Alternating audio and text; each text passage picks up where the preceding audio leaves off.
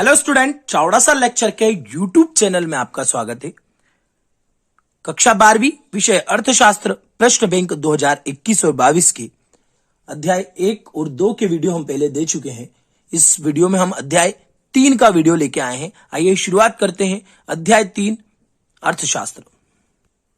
तो अध्याय 3 उत्पादन एवं लागत बहुत महत्वपूर्ण अध्याय, ऑब्जेक्टिव की दृष्टि से भी और बड़े क्वेश्चन भी एक आ रहा है, इसमें से 8 नंबर का है। हमने पहले 2 अध्याय की ब्लूप्रिंट की चर्चा की थी, तब बताया था पार्ट 1 6 अंक का था, पार्ट 2 9 अंक का है और पार्ट 3 8 अंक का। तो बढ़िया चैप्टर्स, लगातार आप लोगों को 3 चैप्टर ही बहुत फायदेमंद देंगे ये। शुरुआत करते हैं। तो पहला दे रखा है, उत्पादन के घटक होते हैं। उत्पादन के 5 घटक होते हैं। उत्पादन के प्रकार होते हैं।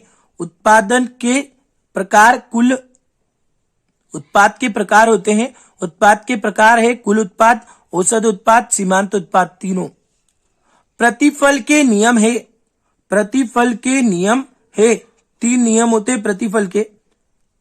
पैमाने के प्रतिफल की दशा में उत्पादन में परिवर्तन तब होता है जब, पहले ही उत्तर आएगा, सभी साधनों में परिवर्तन अनुपातिक हो। तो ये आपके 4 ऑब्जेक्टिव हो गए। आगे और देखते हैं।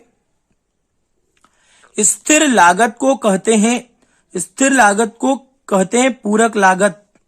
स्थिर लागत का उदाहरण नहीं है।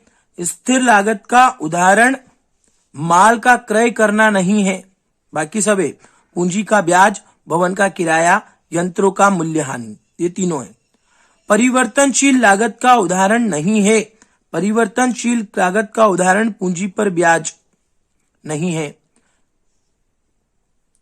कुल स्थिर लागत में उत्पादन की मात्रा से भाग देने पर प्राप्त होती है।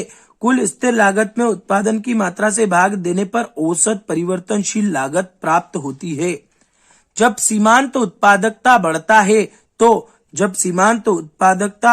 है तो उत्पादन कुल उत्पाद बढ़ती दर से बढ़ता है। और आगे देखते हैं। जब सीमांत उत्पादक औसत उत्पादक से अधिक होता है तो औसत उत्पाद बढ़ता है। एक फर्म अपने स्थिर साधनों को किस अवधि में नहीं बदलती है? एक फर्म अपने स्थिर साधनों को सत्य काल में नहीं बदलती है। अगर कामकाज अच्छा चल रहा है तो उसको बार बार बदलने की आवश्यकता नहीं पड़ती है। निम्नलिखित में से कौन सी मद परिवर्ती लागत का उदाहरण है? निम्नलिखित में से कौन सी मद परिवर्ती लागत का उदाहरण है? कच्चे माल की लागत। औसत स्थिर लागत उत्पादन बढ़ने पर घटती है। जब कीमत कम करके अधिक बेचा जा सकता है तब AR बड़ा होता है MR से। AR बड़ा होता है किससे? MR से। कुल उत्पाद, और आगे देखते हैं। कुल उत्पाद कैसे निकाला जाता है? कुल उत्पाद कैसे निकाला जाता है? कुल उत्पाद निकाला जाता है सिग्मा MP से। उत्पादन फलन में उत्पादन किसका फलन है?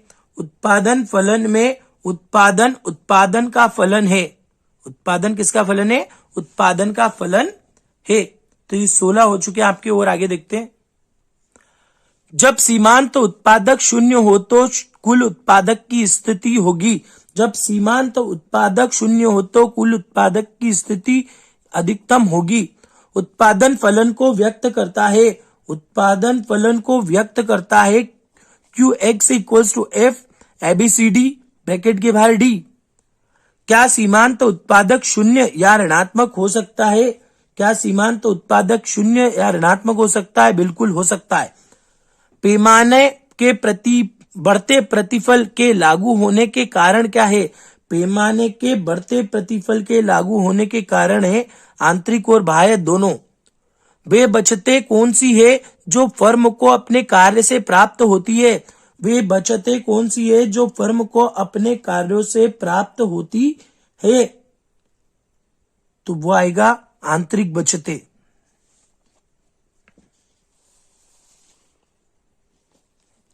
उत्पादन के साधन हैं, उत्पादन के साधन है सभी। भूमि, पूंजी, श्रम। श्रम उदाहरण है, श्रम उदाहरण है परिवर्तनशील साधन का। उत्पादन प्रक्रिया है, उत्पादन प्रक्रिया है मूल्यवर्धन की। जब कुल उत्पादन में बढ़ती हुई दर से वृद्धि होती है तब सीमांत उत्पादन, जब कुल उत्पादन में बढ़ती हुई दर से वृद्धि होती है तब सीमांत उत्पादन बढ़ता है। भौतिक आपदा और भौतिक प्रदा के संबंध को कहते हैं, भौतिक आपदा और भौतिक प्रदा के संबंध को उत्पादन फलन कहते हैं। अल्पकाल में उत्पादन फलन में नियम लागू होता है। अल्पकाल में उत्पादन फलन में नियम अपरिवर्तनशील अनुपातों का नियम लागू होता है। उत्पादन की प्रथम अवस्था में, उत्पादन की प्रथम अवस्था में कुल उत्पादन में बढ़ती हुई दर से वृद्धि होती है, कुल उत्पादन में बढ़ती हुई दर से वृद्धि होती है। कुल उत्पादन से आशय है, कुल उत्पादन से आशय है एक निश्चित समय में उत्पादित वस्तुओं का कुल मात्रा। आगे और देखते हैं, अगला देखते हैं।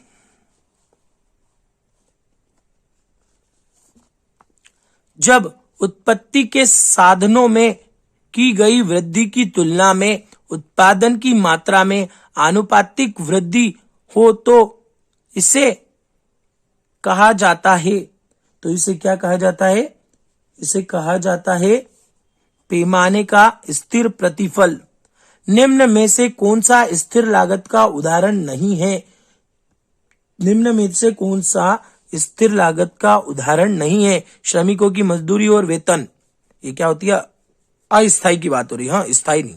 जो अस्थायी श्रमिक होते हैं उनकी जो मजदूरी होती है और उनका जो वेतन होता है उसको क्या मानते हैं? स्थिर लागत का उदाहरण नहीं मानते। उत्पादन प्रारंभ होने के पहले निम्न में कौन सी लागत पाई जाती है? उत्पादन प्रारंभ होने से पहले निम्न में से स्थिर लागत पाई जाती है। लाभ बराबर आगम माइनस लागत, लाभ बराबर आगम माइनस लागत। निम्नलिखित में से कौन सा समीकरण सही नहीं है? निम्नलिखित में से कौन सा समीकरण सही नहीं है? बी वाला, बाकी तीनों राइट है।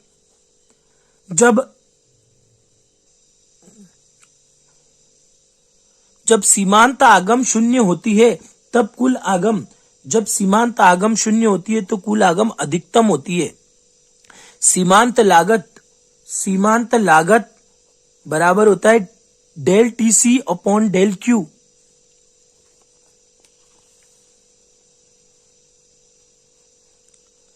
वस्तु की 12 इकाइयों को उत्पादित करने पर औसत लागत 40 रुपए है, तो 12 इकाई के उत्पादित करने की कुल लागत क्या होगी? औसत लागत कितनी है? 40 रुपए है, तो कुल लागत कितनी होगी? तो आपकी कुल लागत होगी 240 रुपए। कितनी होगी? बार चौक और बार दूनी 24, 240 रुपए, क्योंकि औसत लागत उसने कितनी बोली है? 40 रुपए। 12 इकाइयों को उत्पादित करने के लिए औसत लागत कितनी है? 40 रुपए। कुल लागत कितनी होगी? 240 रुपए होगी। इसके बाद कुल आगम टी आर बराबर पी एक्स क्यू। स्थिर साधनों के प्रयोग में परिवर्तन नहीं किया जाता है। स्थिर साधनों के प्रयोग में परिवर्तन नहीं किया जाता है अल्पकाल में। स्थिर साधन कभी भी अल्पकाल में परिवर्तन नहीं होते हैं, ध्यान रखना। पूर्ण प्रतियोगिता में औसत लागत है, पूर्ण प्रतियोगिता में औसत लागत सीमांत लागत के बराबर होती है। और आगे देखते हैं, शुद्ध लाभ बराबर शुद्ध लाभ बराबर होगा TR minus TFC minus TVC। TR बराबर TC बराबर 10 रुपए, यह स्थिति है। उसने पूछा है TR बराबर TC बराबर 10 रुपए, यह स्थिति है। तो यह स्थिति है सम विच्छेद बिंदु। सामान्य लाभ को अंतर्विहित लागत के एक रूप में माना जाता है क्योंकि सामान्य लाभ को अंतर्विहित लागत के एक रूप में माना जाता है क्योंकि यह स्वामी द्वारा उद्यमी उपकरणों की लागत है। आउटपुट के एक विशेष स्तर पर एक निर्माता पाता है कि एक निर्माता अपने लाभ को अधिकतम करने के लिए क्या करेगा, तो उस स्थिति में वह उत्पादक उत्पादन बढ़ाएगा, क्योंकि माल बिकेगा तो उत्पादन बढ़ाना ही पड़ेगा उसको। सामान्य लाभ जब होता है जब AR बड़ा होता है AC से। तो ये 45 ऑब्जेक्टिव आप लोगों को उन्होंने दे रखे थे, वो हमने देख लिया। अब देखते हैं सही जोड़ी।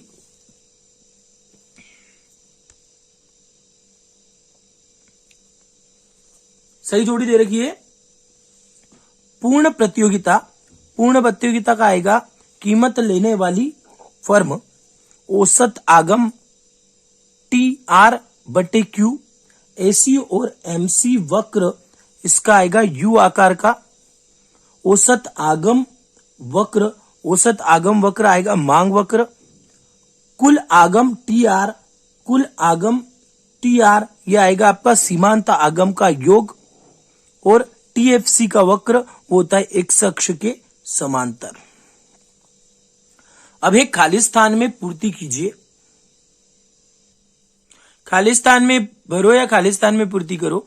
लागत एक अतिरिक्त इकाई को उत्पादित करने की लागत होती है। तो इसके लिए आपका आएगा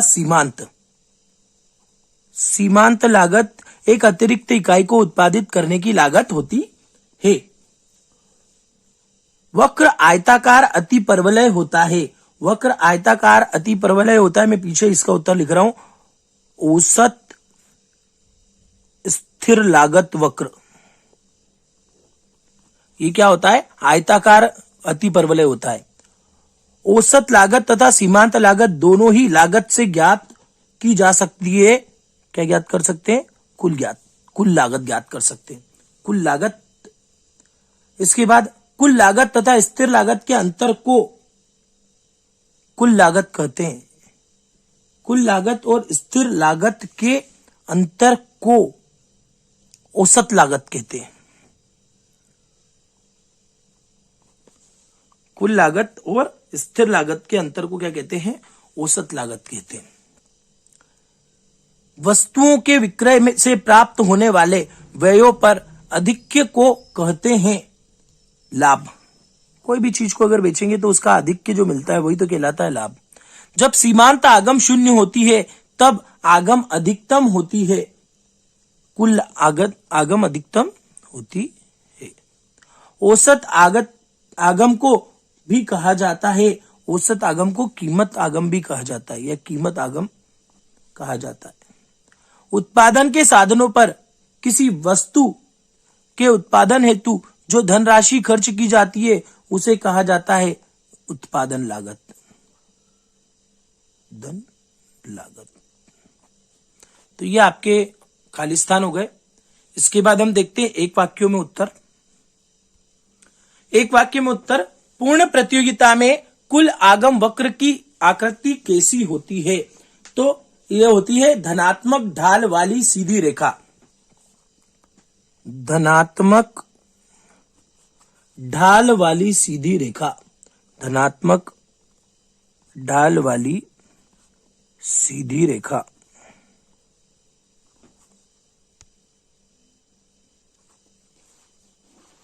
कौन सी प्रतियोगिता में वस्तु की एक कीमत होती है? कौन सी प्रतियोगिता में वस्तु की एक कीमत होती है? पूर्ण प्रतियोगिता में। पूर्ण प्रतियोगिता। आगम की कौन सी अवधारणा कीमत कहलाती है? आगम की औसत आगम की अवधारणा। औसत आगम की अवधारणा वस्तु की प्रति इकाई से प्राप्त होने वाली आगम को क्या कहते हैं? वस्तु की प्रति इकाई से प्राप्त होने वाली औसत आगम को सीमांत आगम कहते हैं।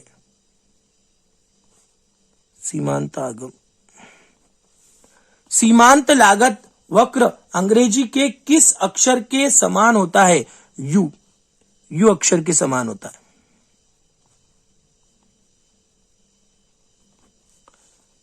इसके बाद और आगे देखते हैं। अगर आपने अभी तक भी Chavda sir lecture YouTube channel को सब्सक्राइब नहीं किया है तो सब्सक्राइब जरूर कर ले, बेल आइकन को क्लिक करें जिससे लगातार आप लोगों को वीडियो की नोटिफिकेशन मिलती जाए। हम आपको बता दें, Chawda sir lecture YouTube channel एमओरल कोचिंग क्लास महिदपुर सिटी के माध्यम से आप लोगों को ये यूट्यूब पे वीडियो प्राप्त हो रहे हैं। हमारी कोचिंग क्लास महिदपुर सिटी में है। लगातार 12 वर्षों से सतत हम बेस्ट परिणाम दे रहे हैं और 9 से लेकर 12 तक हम लगातार दे रहे हैं। 2018-19 का पैम्पलेट्स आप लोगों के सामने। आगे और ऑब्जेक्टिव देखते हैं।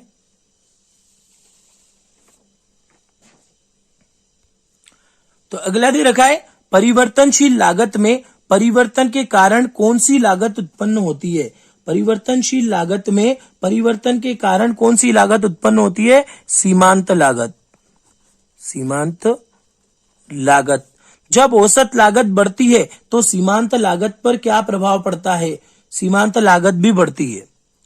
सीमांत लागत भी बढ़ती है। भी बढ़ती है। जब कुल आगम टीआर और कुल लागत टीसी बराबर होते हैं तो उत्पादक को किस प्रकार का लाभ मिलता है? तो इस पोजीशन में ना लाभ होता है ना हानि होती है।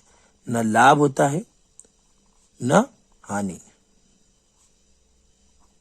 क्योंकि सीधी सी बात है, अगर कुल आगम मतलब इनकम और कुल लागत बराबर है तो क्या हुआ? नो लॉस नो प्रॉफिट का बिजनेस हो गया। वो तो ना उसने कुछ कमाया ना उसने कुछ लगाया। एक उत्पादक कौन होता है? एक उत्पादक साहसी व्यक्ति होता है। एक साहसी जो वस्तु व सेवा उत्पादित करता है। वह सेवा उत्पादित करता है। क्योंकि जरूरी नहीं है जब हम कोई चीज का उत्पादन करें, मान लो इस वीडियो का मैं उत्पादन कर रहा हूं या वीडियो आप लोगों तक दे रहा हूं तो इसमें लाभ मुझे मिलेगा, ये अभी कोई गारंटी नहीं है। लाभ होगा वो बात एक अलग हो जाती है, पर लाभ मिलेगा या नहीं मिलेगा तो उसके लिए जो उत्पादक होता है वो क्या होता है? एक साहसी व्यक्ति होता है जो अपनी वस्तु या सेवा का उत्पादन करता है। उसे बाद में लाभ मिलेगा, वो उसको फ्यूचर की बातें, लाभ मिले नहीं भी मिले। किसी वस्तु के उत्पादन में प्रयुक्त होने वाली उत्पत्ति के समस्त संसाधनों को किए जाने वाला भुगतान क्या कहलाता है? तो वो कहलाता है उत्पादन लागत। उत्पादन लागत। उस धन राशि को क्या कहते हैं जो किसी फर्म द्वारा एक वस्तु की निश्चित मात्रा के विक्रय से प्राप्त होती है? वो कहलाती है आगम।